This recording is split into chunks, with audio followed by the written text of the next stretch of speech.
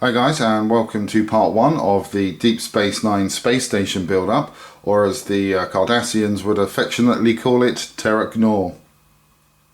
This is the third in the series for me, for Deep Space Nine.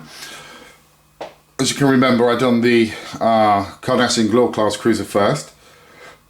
I then done the USS Defiant, so this one's the third one, and then the fourth and the final one is going to be the Runabout.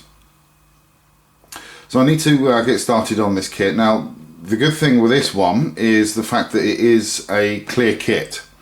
So I'm not going to have to sit there drilling out window after window after window, which unfortunately with the opaque one you do need to do. The other thing with this kit is it does come with a bonus USS Defiant.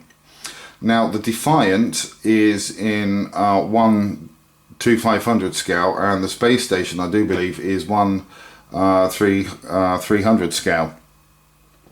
So there is a size issue there, but I'm kind of thinking that they might go well together, even though they are wildly out of scale, but I don't know yet. I just need to have a look at it a little bit further. The box art on this isn't what you would call fantastic. I mean, that's all there is on the back. It just goes into a little bit of detail there about the model itself and Deep Space Nine, the history of. And then it tells you there that there's new window decals. So you can use the decals if you want to put the windows on if you're not going to light it up. Now with this I do actually plan on lighting this up. So what I'll do is I'll get this unpacked for you guys so we can take a quick look at it. So if you bear with me a second, I'll be back with you. So I've taken some of the parts out of the box. I haven't taken them all out because there's a lot of repetition really with the parts. So I've only really taken out some of the main parts of the model, which gives you a good idea of what it looks like. Now I'm not sure whether you can really see any of the detail on there because it is quite clear, this plastic, but yeah, you can just about see some of the detail there. So that's kind of the level of detail that we've got on the model itself. Now obviously as we paint this, that detail really will just pop out. So this is one of the top parts of the model, and then this is the underside of the same part, and you can see there that you've got quite a bit of detail. Now on this model, if I just quickly put these two bits together, obviously it won't be absolutely perfect together, but it'll give you a good idea. So that gives you a rough idea of the thickness of the model there. So it's not really that thick, so it's actually going to be quite hard to actually get the lighting in this kit and all the wiring as well without sort of everything getting in the way of each other. Now on this kit we do have windows all along the inside of these areas, and we've also got windows down this area too, around there. And then on this side there are windows that are dotted about in various places along here as well, and all the way down these sides, and that would also repeat on the other three sections of the hull as well. So that's those parts. That's the outer ring. This is the inner ring, and again this comes in this basically comes in two parts as well, and it goes together something a little bit like that. So there's a little bit more room on the inside of the habitat area, I guess it is, to put some lighting in, so that's not quite so bad. And then again, we've got the outer ring on this middle part as well. Now this does also have lighting around these areas here, and also around those areas and inside as well. So again, we're going to need to be sort of fairly careful with the way that we do the lighting on the inside of there as well. But it's not too bad. Some of these windows actually, I don't know whether you can actually see them or not, but you've got these little windows sort of just around there, and they go all the way around, which is pretty cool, really. And then we've also got the landing bays. We've got one there, there's one there, and then there's one there as well.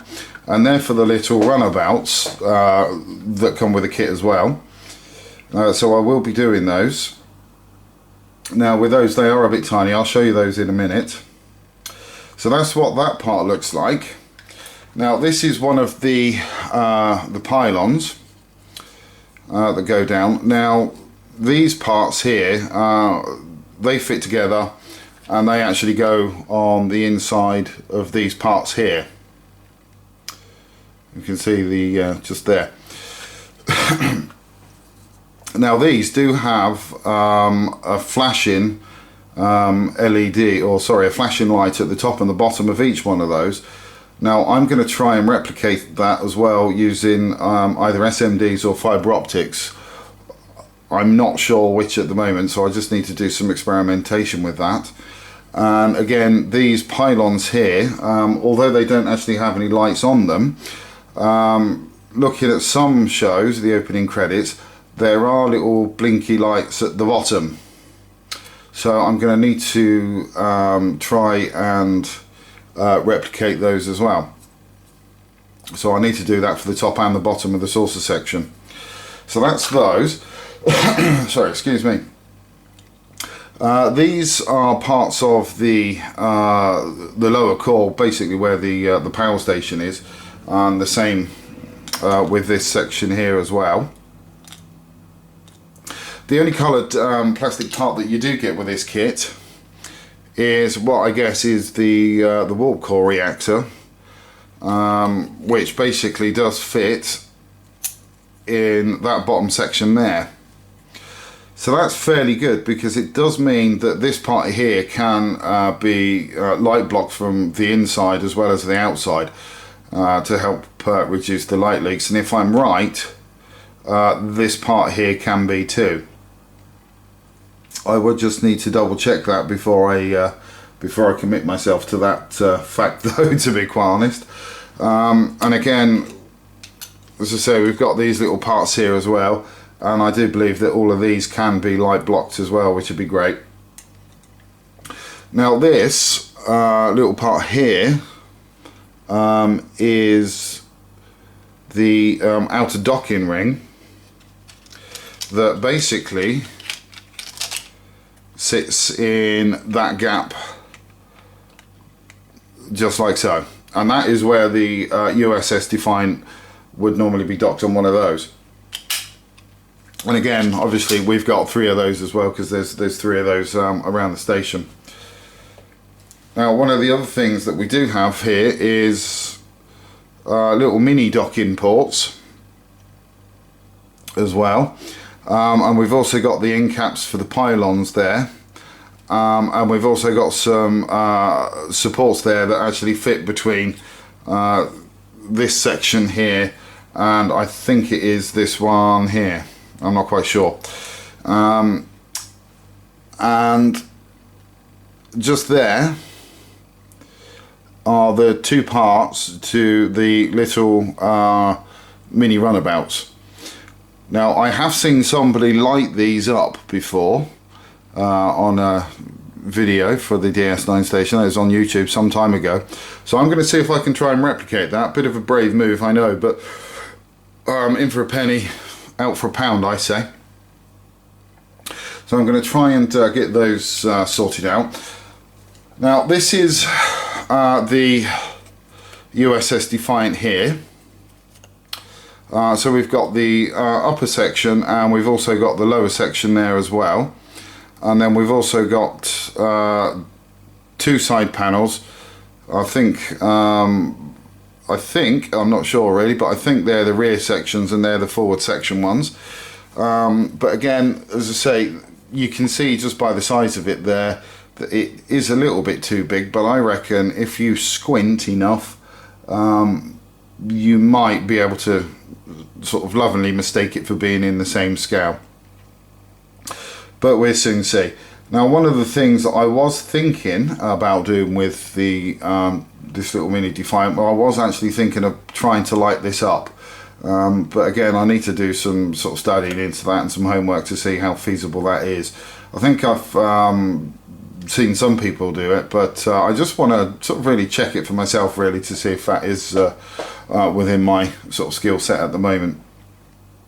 So that's those parts there. That basically does cover most of the kit. The other thing that we do have is the decals that they supply. And as you can see there, they are basically all of the windows in decal form, and there's quite a few of them. And then at the top there, we've actually got some stickers for the, or sorry, not stickers, decals for the US Defiant. Now, you don't get many of them there, to be quite honest, and they are pretty rubbish. So what I'm going to do is I'm going to, if I go ahead and actually do the Defiant, I'm going to get the decal set from HDX, I think it's called. I know he's got them there, so I'll use those. Now, one of the other bones of contention with this model is that they do say that you need to use CA glue. Now, again, following from another video that I watched on YouTube, a guy has just basically used ordinary Revell Contactor Professional to stick the parts together, and it worked for him. So, with that in mind, I got the stand, which is basically made of the same material as the rest of the kit, and all I did was just glued the joints together with contacted glue and just left it to set for a couple of days, and lo and behold, you can see I'm moving that about quite a bit, and that's actually stuck quite solid. So we know that the contactor glue there does actually work, so I'm quite happy with the results on that, and these parts just aren't coming apart really. When I first tested it, I did hear a bit of a crack and a pop come from somewhere within the kit, but it's just not letting go of that grip there. I mean, it is, I'm applying quite a bit of pressure there to actually get that to torque round as it is, and it is just absolutely staying perfectly in line and not moving anywhere. So using the professional contactor glue for this kit is going to be a cinch really, to be fair. The only thing that I need to do is, once I've got all the parts glued together, is just clamp them all down properly and leave them to set for at least 24 hours before I do anything else with them. So that's good stuff. These are the instructions, and again, there's not really a lot to these instructions, to be fair, because I think there's only about 50 parts to this particular kit. So they are fairly, as you can see, they are fairly straightforward instructions there. So it just basically starts off with the promenade installation, and then the power core at the bottom there as well. And then it just basically goes into how to install the rest of the parts as well, and also onto the base. Sorry about that. And then it just basically gives you some more instructions on the back side of the kit as well, of where to put other parts as well. But seeing as we're actually going to be lighting this kit, to be honest with you, these instructions pretty much will go out the window, because it will be built fairly differently. I think the only things that will remain the same is the way that the promenade is going to be done with the power core as well, and then it's just going to be a case of the docking rings and the docking pylons after that. So hopefully, keep fingers crossed, this model should go together quite nicely. Famous last words. So that's about it for the moment, guys. I'll get back to you again when I've made some more progress on the model. Until then, please do take care.